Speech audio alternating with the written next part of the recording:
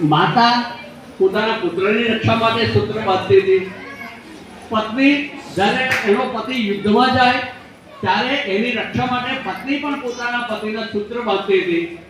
ગુરુના આશ્રમમાં ગુરુ પોતાના શિષ્યનું સંરક્ષણ થાય અને અધ્યાત્મના માર્ગે આગળ વધે એટલા માટે ગુરુ એને પોતાની શક્તિ આપતા એના પ્રતીક રૂપે ગુરુ પણ પોતાના શિષ્યને રક્ષા સૂત્ર બાંધતા.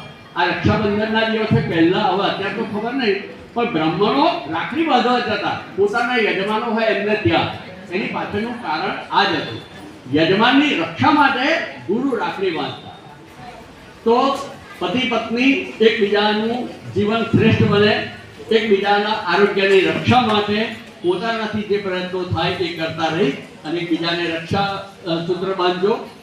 પતિને જમણા હાથે અને પત્નીને ડાબા હાથે રક્ષા સૂત્ર બાંધવામાં આવે. હવે આપણે ગાયત્રી કરવાના છીએ અને કોઈ આપણને પૂછે કે ભાઈ પત્નીને ડાબા હાથે કેમ અને પતિને જમણા હાથે કેમ, હે ને? તો એના વૈજ્ઞાનિક કારણ પણ છે અને આધ્યાત્મિક કારણ પણ છે. પત્ની માટે શબ્દ છે વામા. વામ એટલે ડાબુ. પતિનું ડાબુ અંગ એ પત્ની છે. જ્યારે લગ્ન થાય, ફેરા ફરી જાય પછી એક વિધિ આવે છે આસન પરિવર્તન.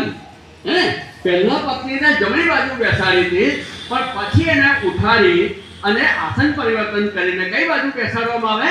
ડાબી બાજુ. આપણું હૃદય ડાબી